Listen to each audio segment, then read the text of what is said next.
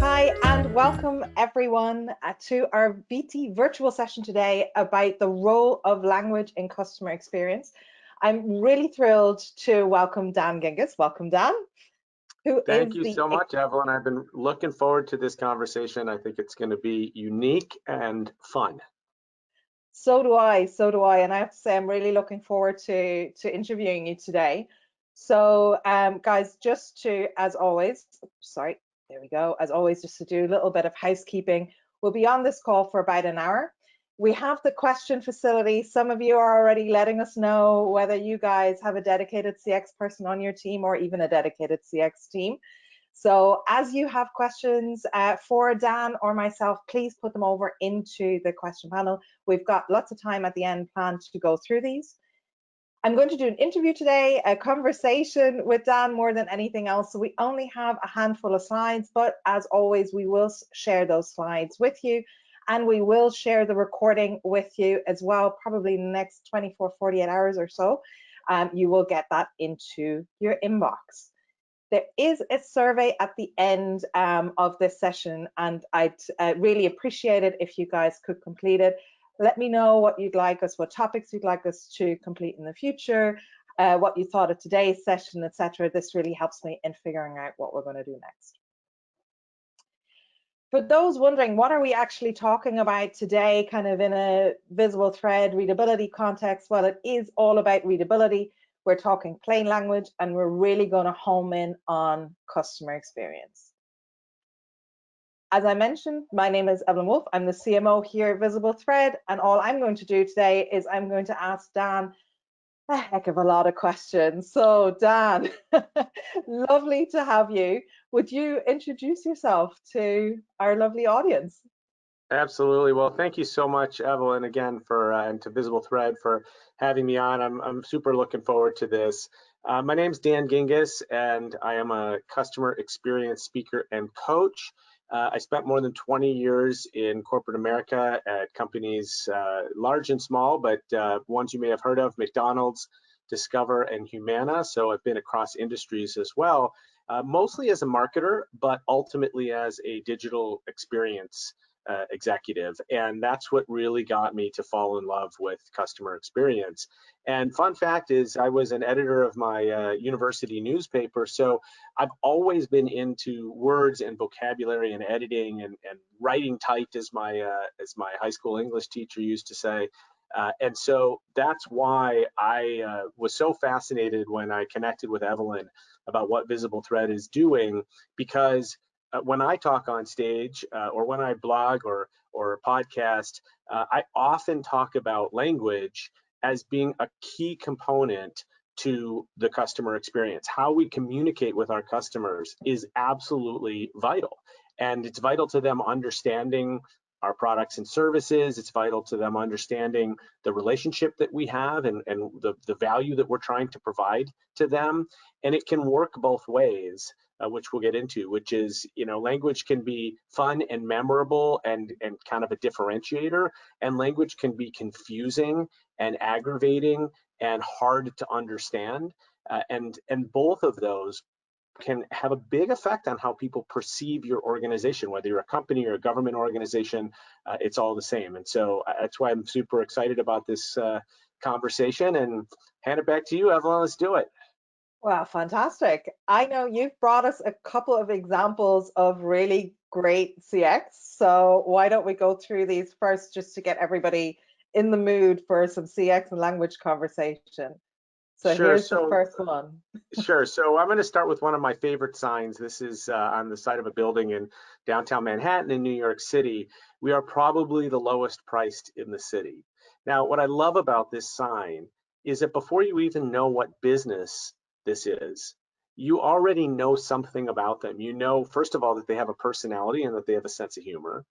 And second of all, I think, at least how I read this sign, is you know that this company's honest, right? Because a lot of companies will just write lowest prices, best sale, and this one says we're probably the lowest, which I think that honesty makes me immediately want to do business with them. Now, it turns out this is a shoe store, but the point that you should take away from this sign is that literally one word probably changes the entire meaning of this sign and makes it fun and memorable. And what I always love to tell audiences and clients is it didn't cost anybody any extra money to put that word on the sign, right? They were making the sign anyway. This looks like a sign that was maybe put up with the little plastic letters. So, okay, it took somebody another 30 seconds to put 8 more letters on, but there was no cost involved. And yet the difference in how this company is now perceived is huge with one word. I'll give you a couple other examples. Yeah, I love this one. Yeah, this is a sign that was that I spotted at the bottom of a tall skyscraper in downtown Chicago, where I live, and it says, "Almost there. Please use other entrance." And I was caught by the "almost there" with the 3 dots because this is a directional sign, right? And this could have very easily just said, use other entrance. I could have even not had the please on it, right? But instead, it said "almost there" with the 3 dots, which is just a little bit cute, a little bit clever, friendly, and it actually got me to stop and take a picture of the sign, which, if you think in and of itself, is sort of a big accomplishment, right? That somebody wants to take a picture of a sign. And one of the things that I always talk about is when you create positive experiences, people want to share those. They want to take pictures and share them. There was a study by my friends at Sitel Group that found that while a third of customers will leave a negative review or write something negative on social media after a negative customer experience, almost a half of customers say the same thing about a positive experience. So how is that? We have people that are more willing to share positive experiences than negative ones, but when we go on social media, that doesn't seem to be what's happening. The reason is that as consumers, we don't have very many positive experiences. When's the last time that you can remember a truly amazing experience with a company or a brand or an government agency that was so good that you couldn't wait to tell your friends and family and social media followers about it? Now, try to remember the last time that you were disappointed by a brand or an agency. We all can pretty much more quickly come up with that second answer than the first. But to me, that's what provides the opportunity. So if we can create experiences that are positive, we know people want to share them. And so here a building did this by just adding 2 more words, again, a couple more plastic letters to a sign that made this sign memorable enough that someone wanted to take a picture. And we can do, all of us can do this in our businesses, no matter what we do. Absolutely. Here's another one. This is great. Yeah, I mean, I wish I could see everybody's hands, but who wants to go past this door and see what's behind it, right? I sure do. And so, I mean, how great is this compared to what you would normally see on a door, right? And so, again, it's clever. Somebody took the time to do something different versus just, emergency exit or whatever is really behind linen closet or custodial closet, whatever it is. Somebody took the time to be a little bit clever, and in the process created an experience out of a door, right? And so if you can create an experience out of a door, think about what you can do in the rest of your business in terms of everything that you offer your constituents or customers. Absolutely. And I think, with this example and even with the previous one, you actually get people to take notice and follow the experience that you've set out for them, which is to use the other entrance or to not use this door. You're actually getting through, because I think we get sign blind. Is that a term? But where we just, Blindsided? Oh, yeah, where with we just, blinders on, yeah. yeah, where we just don't read signs anymore because we think we know what's there. So That's a great point, and actually, you're going to segue really nicely. Hold on before you move the slide, but you're going to segue really nicely into the next slide, because I think this is very true of legal language, of disclaimers and disclosures. And I know we have some government people on the line today, but policies and how even laws and rules are written is so critical, because they're often written in a way that doesn't cause people to read them because they're too confusing, and they use language that people don't understand. And the conflict there, especially with you lawyers out there or people that work with lawyers, is that when we write legal language, when we write disclaimers or disclosures, the idea, yes, it's to protect the company, but we actually want people to understand what they're signing up for example, right? That's the goal. We all agree that's the goal. Hey, if we're selling an insurance policy, we want people to understand the insurance policy, because otherwise what happens is they have a claim, it isn't covered, they're angry, and it's all because they never read the policy in the first place. Yeah. But the problem is that we create policies that are so hard to read that nobody reads them. And the answer is, and we can now move to another slide, is that you can have fun even with legal language. So this is a email disclaimer at the bottom of a corporate email. You've seen these before. It's the one that says, if you're the unintended recipient of this email, you must delete it and burn it, or we'll take your first child. And instead, this one starts with the words covering our butts. Now, I don't know about you, but when I see some legal language that says covering our butts, you know what I do? I keep reading. And I read this one and I underlined some fun stuff in here. And to me, what this disclaimer shows is it's like the beginning of a bad joke, right? A lawyer and a marketer walk into a bar and out comes this disclaimer, right? But look how fun this is, and look how it got the legal message across. Obviously, the lawyer said you must use the word disseminate, and so the marketer said, okay, I'm going to explain what it means then, which is brilliant. If you have to use words that you know people aren't going to understand, then explain them to people. And the lawyers, I mean, I've worked with lots of lawyers in my time in corporate America, and some of them are more flexible than others. And some of them are going to just tell you, sorry, you have to use the word disseminate because that's the legal term. Again, you can very easily say, okay, but my customers don't know what disseminate means. And my friend Evelyn ran that word through VisibleThread's platform, and it shows that it's a college level word. And so I'm going to explain it by saying it means spread, which is a fourth grade word or whatever it is. And so I love this example because I think, again, with no money, but just a little time, every single company and government organization can do something like this. We can write policies and procedures and laws so that people will read them and understand them. And I think that is the ultimate goal in customer experience is to not, it's not, I mean, obviously to provide a great experience for your customers, but you don't want to surprise them on the downside, right? And the whole concept behind disclaimer and legal language is often, this is where the fine print is. This is where we're hiding stuff. I don't want to hide stuff. I want to be very clear with customers, which, by the way, the lawyers like me for, because that's what they want to. But also, I don't want the customer to be surprised on the downside. Yeah. So this is a great example, and again, we'll send you this, so if you want to use some inspiration for how you might do that in your business. In the credit card business, we have a big, a large agreement that's called a card member agreement that you probably never read. It's pages and pages long. And when I was working for Discover Card, we digitized it. And one of the things that we did was put hyperlinks over every word that we thought that people might not understand.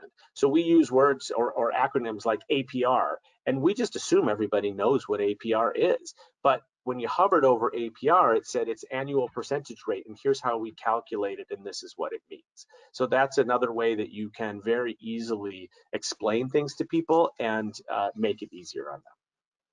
Absolutely. And I think we've got one more.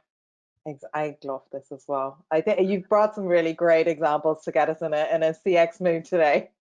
Yeah, so I often get asked for B2B examples, business to business, because oftentimes B2B companies feel like customer experience is not something that pertains to them, but it absolutely does, because your customers are also consumers. And so whether you like it or not, the experience they're getting with you, they're comparing to their best consumer experiences as well. And so this is an image from the website of Marquesa Petway, who is a speaker and also a business coach. And in fact, she was my business coach for a while and helped me to reinvent my brand and helped me create the Experience Maker. And what I love about Marquesa is she is so full of energy and she is so bubbly, and her personality is just so excitable and happy. And on her website, when you get to it, you not only see this beautiful picture of her that is, she's just glowing, but she says, welcome to Speakerpreneur, which is her company. Let's do this. And then the login button says, login darling, which, if you know Marquesa, is such her personality. And I just love this example because 9,999 out of 10,000 login buttons say login. Login. And she decided to do something different. And I think it made her stand out. And again, what can you read from this? Even if you don't know anything about her, you can tell she's got a personality. You can tell it's going to be fun to work with her. And you can tell that she's just a little bit different than everybody else because just from one word, just from adding the word darling onto her login button. So again, this is the summary of all these examples. These are all cheap to zero cost to implement. They're all fairly easy and don't take a lot of resources or time. So for the person that only has one person in their CX team and can't get to all the projects, these are not giant months-long projects. This can be done very easily, quickly, and at almost no cost, but it completely changes how you communicate and what you look like externally to customers and prospects. Yeah, absolutely. And I think with this one as well, it lets you know what kind of experience you can expect, because I think often our experience in B2B, we're nearly ready for a bit of a, oh yeah, this is a business to business experience. And, you know, in consumer brands, we have an expectation, oh, this is going to be exciting in some way, shape or form. And that's, I think, why I like this particular example so much, because it sets you up for the experience that you're going to get.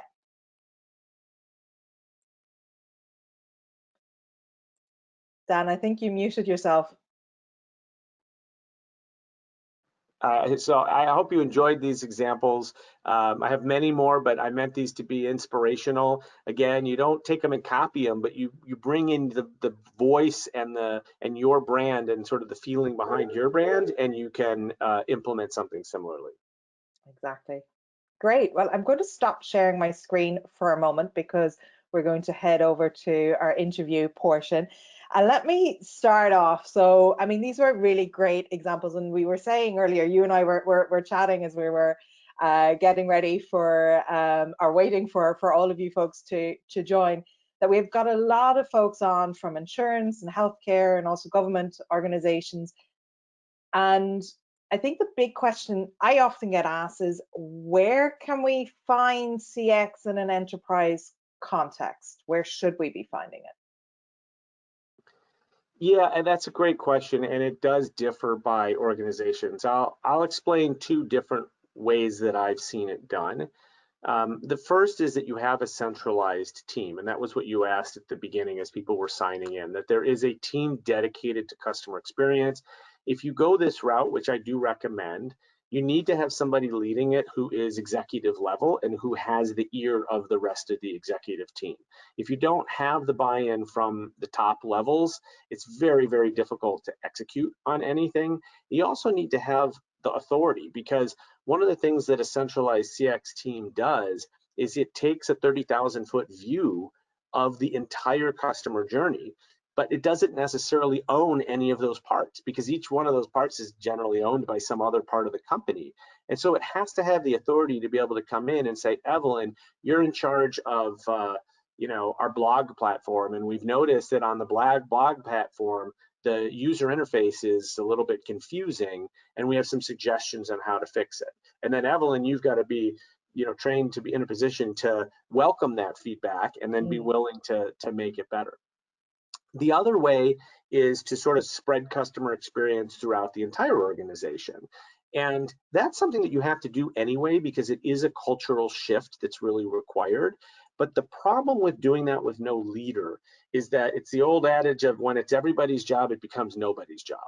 And one of the things that I found in corporate America, as I spent, with lots of different teams creating goals every year, is anytime a goal was less than 20% of somebody's, final evaluation, it didn't get done. They didn't care, right? Which is why you can't come up with 15 goals for somebody in a year, because they can't balance 15 goals. I found that 5 or fewer was the target.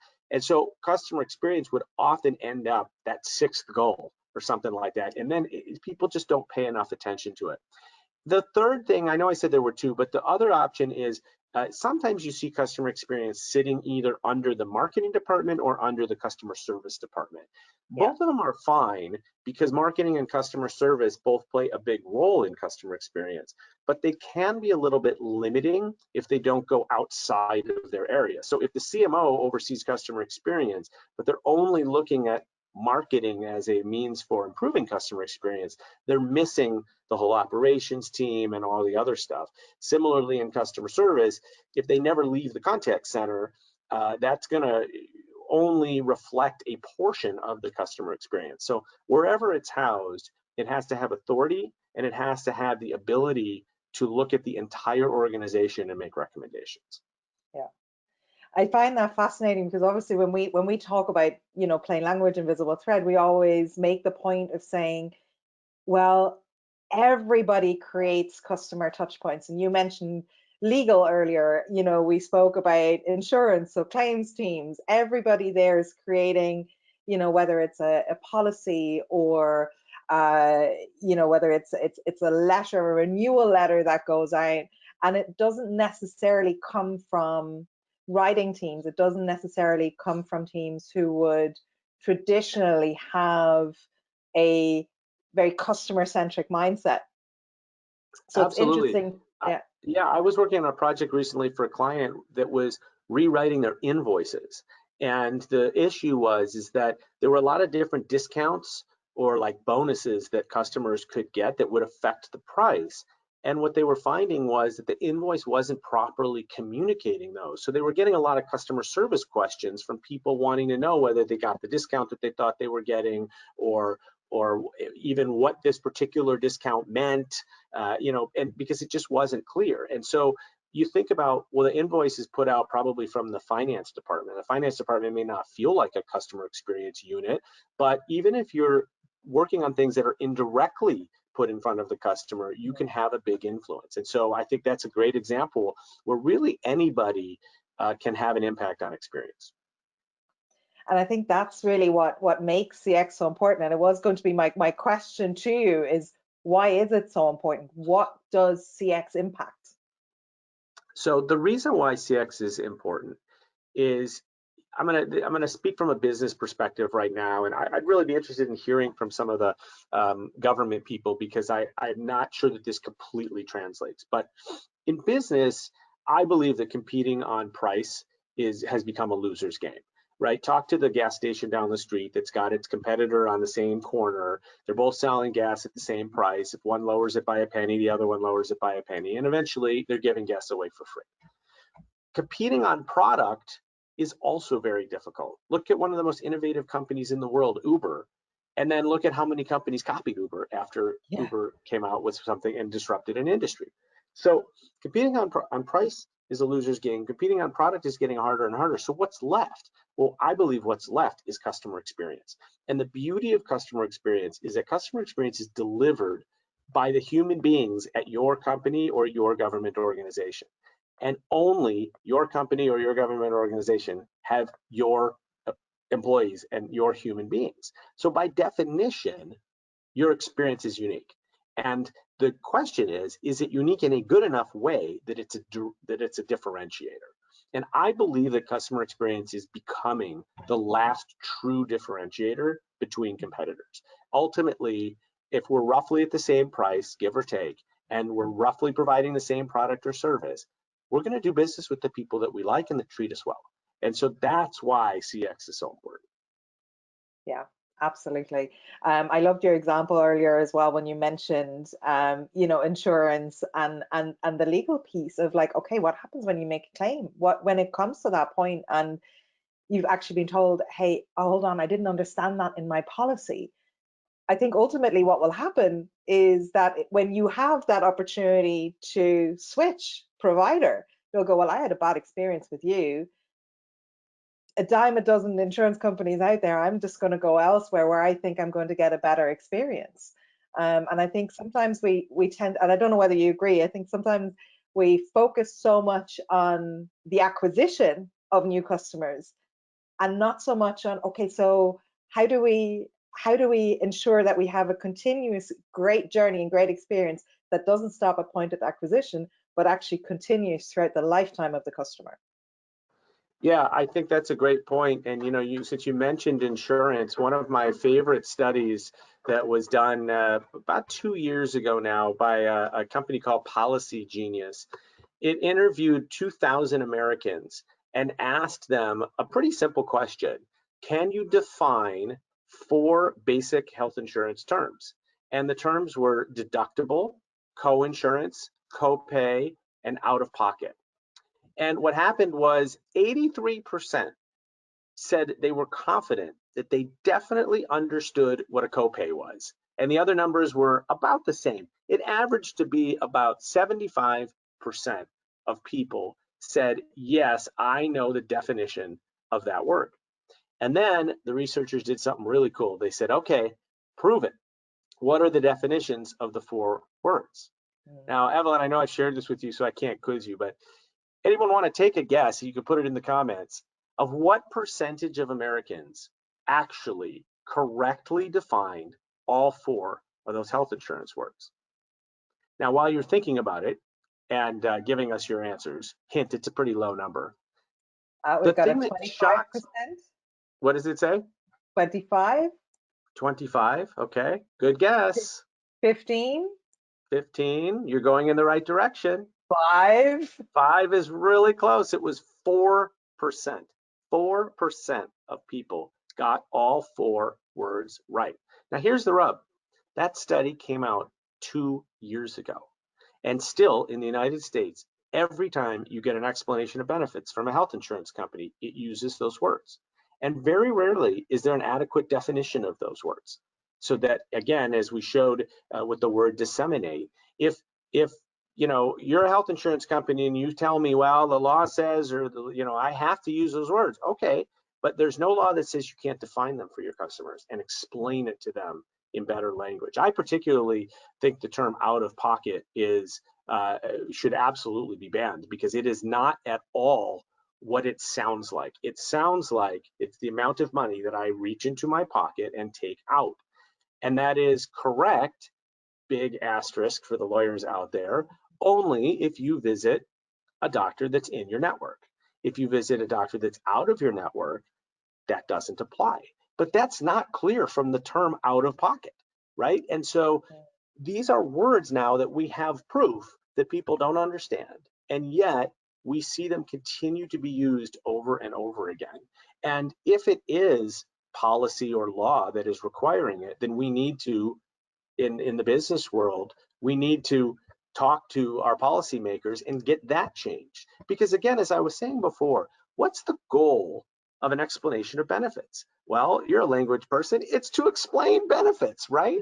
But I find that ironically, that document is not explanatory or beneficial to the customer in most cases, because it doesn't do what it's supposed to do. And that's because it uses language that people don't understand.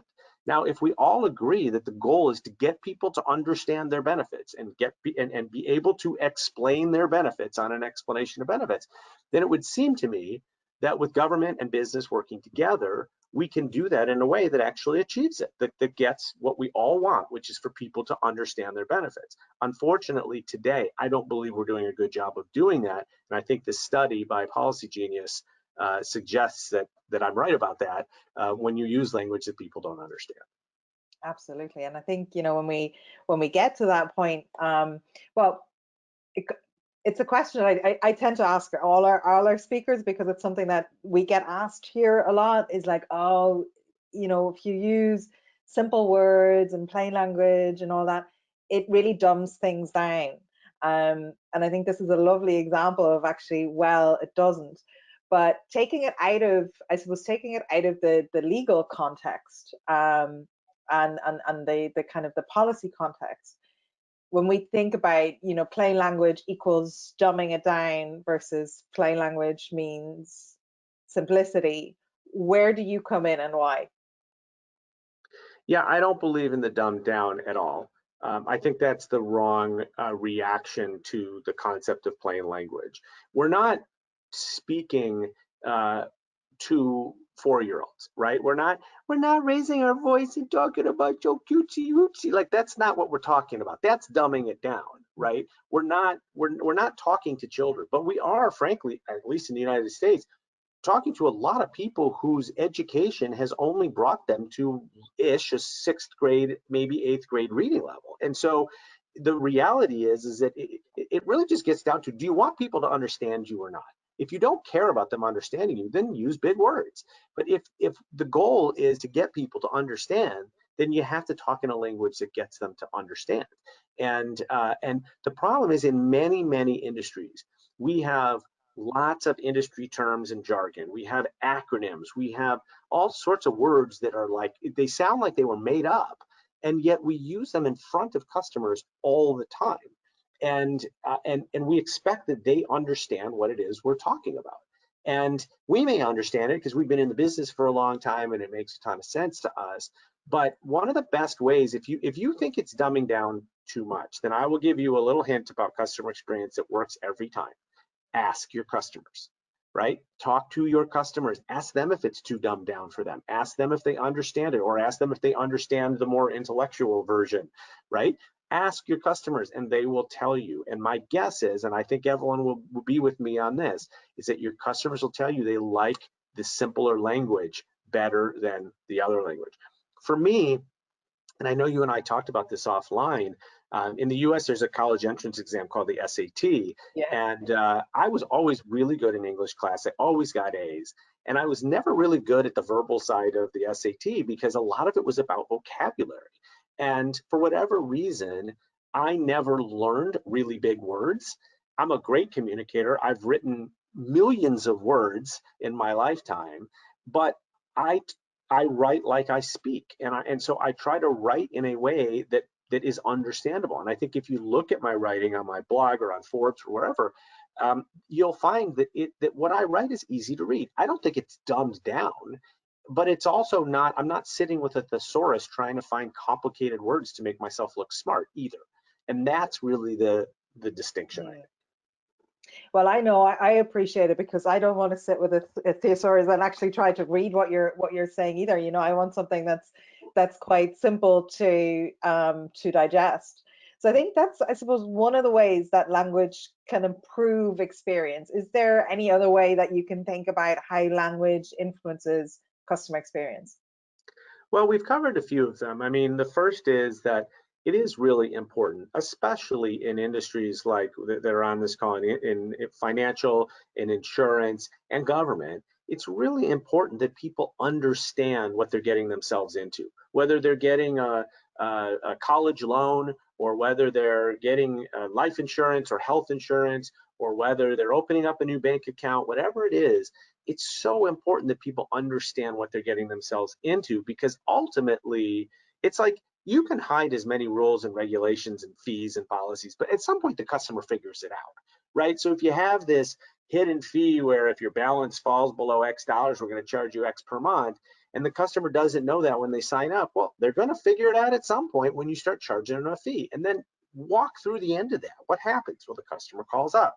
Now you're spending money on a customer service call to explain to the customer that they should have figured it out at the beginning, but that we charge this fee. Well, does that make the customer happy or unhappy now with you that they're getting charged a fee? Well, they're not very happy. At some point, what's going to happen is the customer is going to move to a different bank.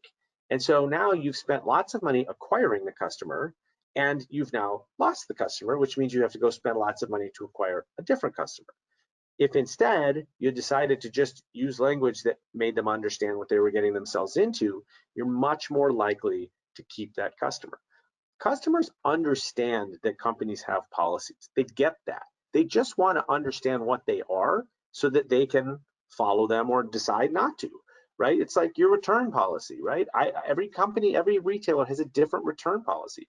As long as I understand what it is, then I know what I'm getting myself into at the beginning. If you don't take returns and you're very clear about not taking returns, then I understand it's a risk for me to buy this because I can't return it. That's fair. It's like I tell people in social media, you don't have to answer customer inquiries 24/7 unless you're an international airline or some other company that's open 24/7. But what you do have to do is tell people when you're going to respond. So if you're a local retailer, you can put on your Facebook account, we respond to messages from 9 to 5. That's perfectly reasonable. And when you set that expectation, then people won't be angry at you if they send you a post at midnight and you don't get back to them till the next morning. But if you don't explain it to them, you don't set expectations, they may have unfair expectations of you, and they may think that you're sitting on Facebook all day long, all night long. And if they send you a message at midnight, they expect an answer from you. So the easy thing to do is just communicate and just set the expectations, and then you have a much better chance of achieving them. And I guess the last part is go back to the examples we gave at the beginning, is that language can create an element of fun, of creativity, of differentiation. We don't always have to be serious all the time, even though we're in serious businesses like finance and insurance and government. We can have a little bit of fun because people like that. And it lets them, it helps put everybody's guard down a little bit. We relax our shoulders a little bit. We smile, we laugh. It's a healthy thing, and it establishes a relationship that makes customers more likely to stay than bolt. Yeah, absolutely. But let me ask you then this, right? So for many of us, we've either experienced a bad customer experience, or I don't know who else might, own up to the fact that we delivered one at some point. If you know that, oh gosh, we could have, in this particular letter we've sent out or in our policy, we could have done better, and you feel like, oh, we may have actually broken the experience in some way. How do you backtrack from that? How do you fix a broken customer experience? Yeah, that's a great question, and I think there's a couple pieces to it. The first is, one of the biggest cornerstones of customer experience is the ability to show empathy.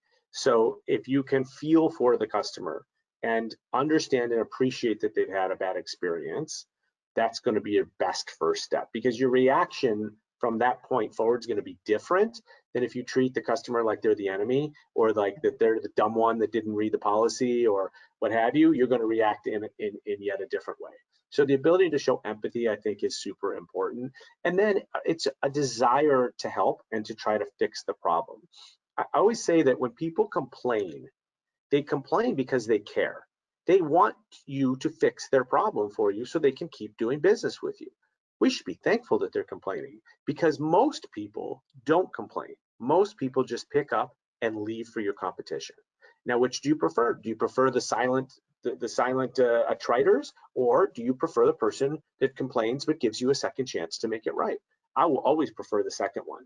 And I believe in life, in business, in education, as an employee, that feedback is a gift. And you have to be willing to ask for feedback, and then you have to be willing to take feedback, both positive and negative. When I get off the stage for a keynote, I always ask audience members, tell me what you liked about my speech. And if there was something that you didn't like, let me know, because I'll take it out of the speech and I won't use it again. I said before, the examples that I shared, I have an entire library of customer experience examples, and I change it up depending on who the audience is.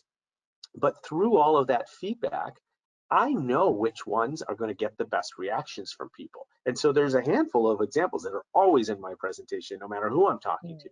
And there's also some that I've deleted, that I just don't use anymore, because I thought they were fun examples, but either they didn't connect with people or people didn't understand them or whatever. So I got rid of them. Doesn't bother me. I'm not hurt by it, but it makes my presentation better. So I always find, just as a little bit of an aside, when I was in business, I always made sure that when I delivered an employee review, or when I had managers that worked for me deliver reviews, that every review had 3 strengths and 3 opportunities. And the reason you do that is twofold. Number one, everybody has strengths and opportunities, and so it forces the manager to give an evaluation that is actually useful. If I give you an evaluation of your work, Evelyn, and say, you're awesome, you're terrific, keep doing what you're doing, you may feel good about it. Yeah, you may feel good about it, but it's not really going to help you improve. But if I say, hey, you're awesome, you're great, keep doing what you're doing, and then there's something over here that I wish you'd do a little bit differently, and I'll help you to get there, now you've got some constructive feedback to help you continue to evolve and get better. The reason you do 3 of each is so that no employee says, oh, well, Evelyn only got 1 opportunity and I got 4 opportunities, so I must be doing worse than Evelyn.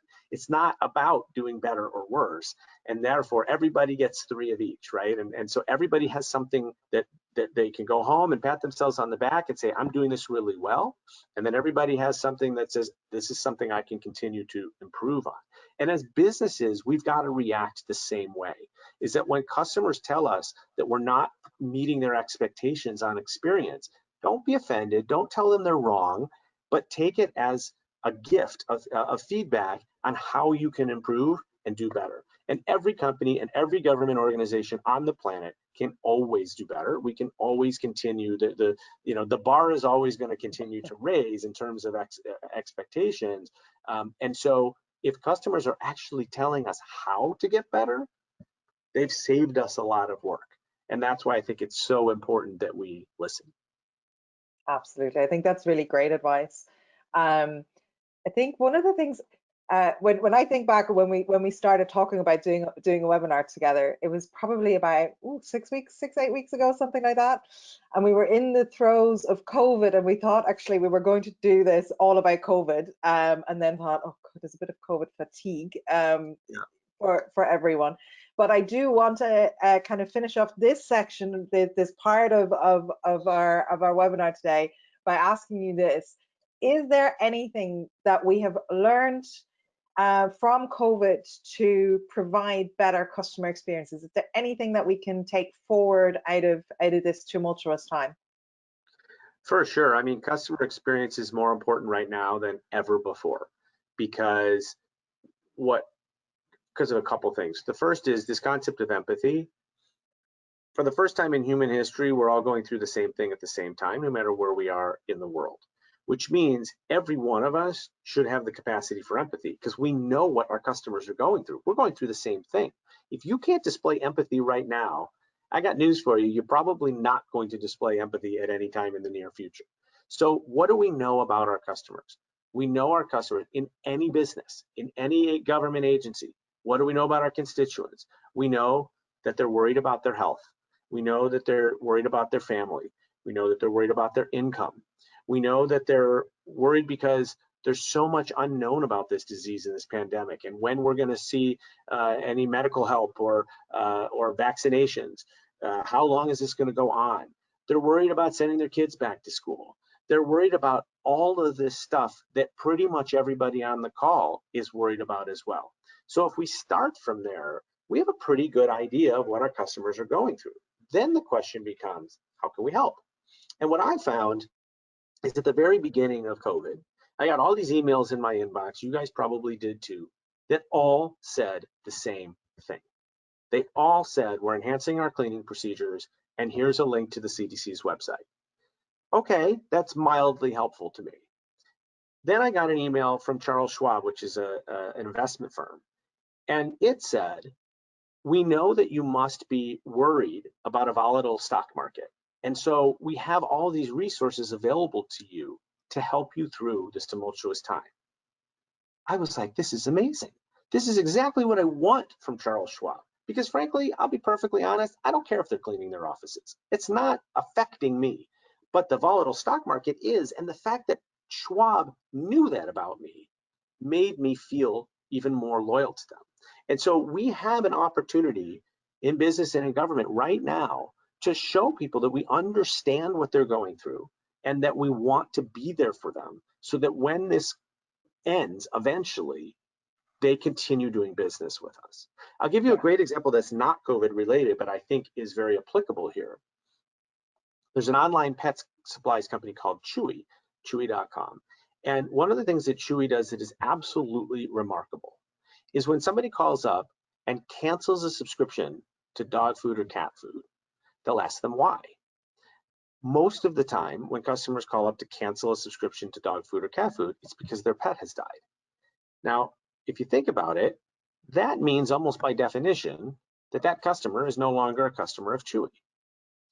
Chewy not only has trained their customer service agents to be incredibly empathetic and to sort of talk it through what they know is a very emotional situation, They then hang up the phone and order flowers that are sent to the house as a condolence for the pet.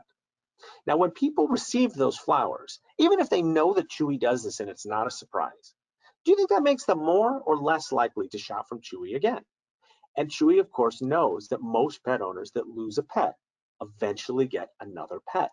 So think about that Chewy spends money to ship flowers to a former customer. Think about Mm. that for a minute.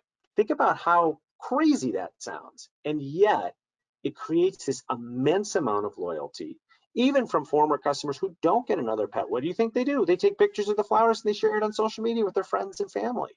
So this, although it's a monetary investment from this company, it makes all the sense in the world. Now take that back to COVID. How can you be of service to your customer right now? What do they need from you? Now, from Schwab, I don't need flowers, but what I need from Schwab is help managing a volatile stock market. And that's exactly what they gave me. If Chewy offered to help me manage a volatile stock market, that wouldn't make a whole lot of sense to me, right? So think about what your company does and how at this moment when everybody is so emotional and everybody's so tense and uptight and worried and concerned, what can you do to help them right now? And I promise you, they will remember you when this is over. And if somebody comes by post-COVID and offers them a better deal or a promotion, they're going to be less likely to jump on it because they're going to remember that you were there for them at their time of need. And that's customer experience, folks. Absolutely. I think the best example, the best way of putting it, but I know also beautiful segue. I'm going to share my screen here again. You've brought us 6 tips. So I'm just going to go forward here and start with the first one. Sure. So look at every communication channel. That includes letters, emails, social media, in-store signage if you've got a physical presence, contracts, invoices, receipts. If you have an in-store and you've got announcements, it could be radio announcements, right? Anywhere where you're communicating with people, look at the language. Oh, sorry, I And did 2 part of the there. reason for that, by the way, is that the very definition of customer experience is that it includes every single interaction that somebody has with your business. And so every communication they get from you is an interaction. All right, we got 2 at a time. That's okay. The second is write in plain language, which of course is what VisibleThread is all about. That means not using long sentences, not using complex terms, and relatedly, acronyms and industry jargon. I wrote a great piece actually where we quoted some VisibleThread research on Forbes about a bank that sent out an email to people that was, the subject line, I believe, was 7 words long, and 3 or 4 of those words were acronyms. And what happened was a Forrester VP, his daughter got this email, and she literally wrote to him, "Dad, is this even in English?" Right? So look for acronyms, look for industry jargon. The best thing to do is stop using them around your office, and then you will stop using them in communications. The more we use jargon and acronyms at work, the more likely they are to leak into our communications. Absolutely. Have a creative or funny person review all materials. Find that class clown or that office clown or the person that just the guy or gal that everybody likes to be with because they're just fun, and have them look through your communications. I have occasionally been referred to as fun or funny, and I just worked with a client on a letter that they had to send to customers about products that were out of stock due to COVID. And I started talking to them, and they were telling me about how they've been answering emails at 4:30 in the morning with suppliers trying to figure this out. And I said, that's our hook.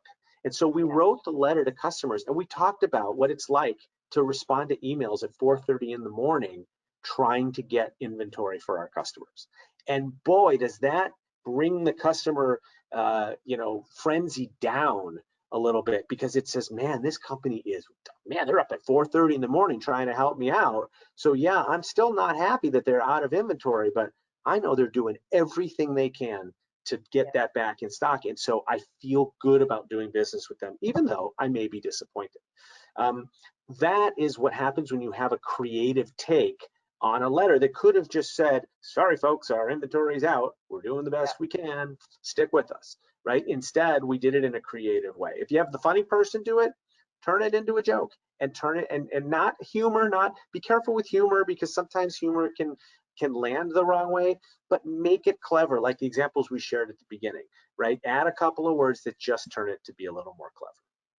And that's a great example, the 4 a.m. email example, because I think sometimes we forget that empathy can work both ways. And this, you know, we're talking about human to human conversations, right?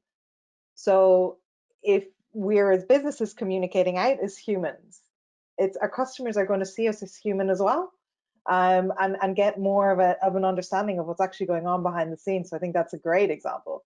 Yeah, Evelyn, that's such a great point. I mean, we're all consumers, right? So if we're talking to somebody, a customer service agent right now, you know what we know about that customer service agent? They're going through the same thing we are. And maybe they were forced to come into work when they weren't comfortable coming into work, right? And maybe they're on this call, but they're worried about their children's health, or someone in their family is sick. They're another human being. And so if we treat them as another human being, everybody's going to get along a little bit better. Yeah. Read everything out loud like your high school English teacher taught you. And in fact, Evelyn, if we had read that out loud, we would have seen that we said the word teach instead of teacher. So we didn't follow our own advice. So that's my bad. I'll take responsibility for that. But read everything out loud, because when you read it out loud, it sounds different than when it is in your head. And if you have trouble pronouncing a word, for example, that's a pretty good hint that it might be too complicated of a word. True. And finally, number 6, use VisibleThread to ensure language is at an appropriate grade level. I have found that the VisibleThread tool is super useful because it quantifies this concept of readability. So when we talk about, is it dumbing it down? Well, VisibleThread can tell you, hey, this is what a 4th grader can read versus what an 8th grader can read. And you'd be pretty surprised at the difference between those two things. And at the same time, sometimes you end up, I think you wrote a blog once about some company that had language that was equivalent to 32 years of education, which I don't, that's like 7 PhDs or something like that. And so it's quantifiable, which really just gives you a better sense for the type of language that you're using. It's very difficult to look at your own stuff. It's difficult to edit your own stuff. It's difficult to look at things that have been the same for years and years, because you really need a different viewpoint or a fresh set of eyes. And one of the things I've really loved about using VisibleThread is that it's that fresh set of eyes that helps you say, huh, maybe I could have explained this in a simpler way, or used better language. I appreciate you saying that. Yeah, absolutely. The quantifiable bit and being able to measure. And you brought us one bonus. Yes, which I kind of already said about how I write, and how I wrote in my book, is write as you speak. That's the best way to simplify language, is write as you speak. If you are a person that uses 4 and 5 syllable words all the time and you're a walking thesaurus, this may be difficult advice for you. But for most of us that don't speak that way, if you write as you speak, you by definition are going to simplify what you're writing. Absolutely. Right. I know, guys, I promised plenty of time for questions, and I think I monopolized your time, Dan. But what I'm going to say to everybody is we're going to take a couple of questions now that are over in the question panel. I'm just going to open them here for me here. And what I'm going to do is I'm going to go through all questions and make sure that we get back to you if we don't get to answer them in the next couple of minutes. So, okay, here's a great one. How do you translate a positive customer experience to digital interface so that the customer experience for the company's people and its digital assets is seamless? Yeah, really great point. And I spent a long time in digital customer experience. You can do all this stuff in digital too. Certainly the language piece is just as applicable in digital. I think with the other things in digital, look at things like navigation and user experience. Make sure that you're testing everything with users before you launch it, because they will tell you whether your navigation makes sense, or whether your menu, or whether it's easy to find something. Just ask somebody, give them your website and say, where would you go if you were looking for X? And have them talk through their thought process, and it will be absolutely enlightening to you, because it won't be at all what you think the process is that a customer goes through. So absolutely, I think digital is a huge place to improve experience, and also usually a less expensive place, right? Because again, any language you change is free. It takes a little time, but you're not really spending money. So I think it's a great place to focus. And here's another, I think it's semi-related into the digital space, because digital also kind of equals global, which is, can you talk about writing for a global audience rather than a US one? Yeah, I think that is very important. Always know your audience, and so talking to a global audience is challenging because cultures are different, languages are different, experiences may be different. We know that certain cultures have far different expectations for experience than other cultures. I was fascinated to spend some time in Japan and see what that culture is like, which is quite different from the United States. So you do have to know your customer. And if you are truly a global organization, you may have to write multiple versions of different things to talk to different audiences. You might have to, it may not be the same welcome letter that everybody gets, or welcome email. You may have to rewrite it based on different cultures and languages, but absolutely keep that in mind. And one thing I would say, there is sometimes difficulty in terms of choosing a language, or even if you're talking about English, there's US English, there's British English, there's some I think even the Australians may use some different spellings. And again, you sort of have to know who your audience is to know which way to go. And I have seen some websites that will have US English and UK English as different pages, because they talk differently. They use different terms and different spellings. And to ask one to adapt to the other is really, that can be a big ask. Absolutely. Now we're coming up to the top of the hour, and as I said, apologies everybody, I absolutely took over your time, Dan. But here's the good news. We do have an offer that we wanted to share with everybody today. So Dan and I were talking about, okay, how can we really help you guys get better at CX and think about language and CX? So we thought what we'd do is, for 5 of you guys, if you email me, evelyn.wolf@VisibleThread.com, we will give away 5 individual 60-minute coaching sessions with myself and Dan. So you can bring along your biggest CX challenge, discuss it with Dan.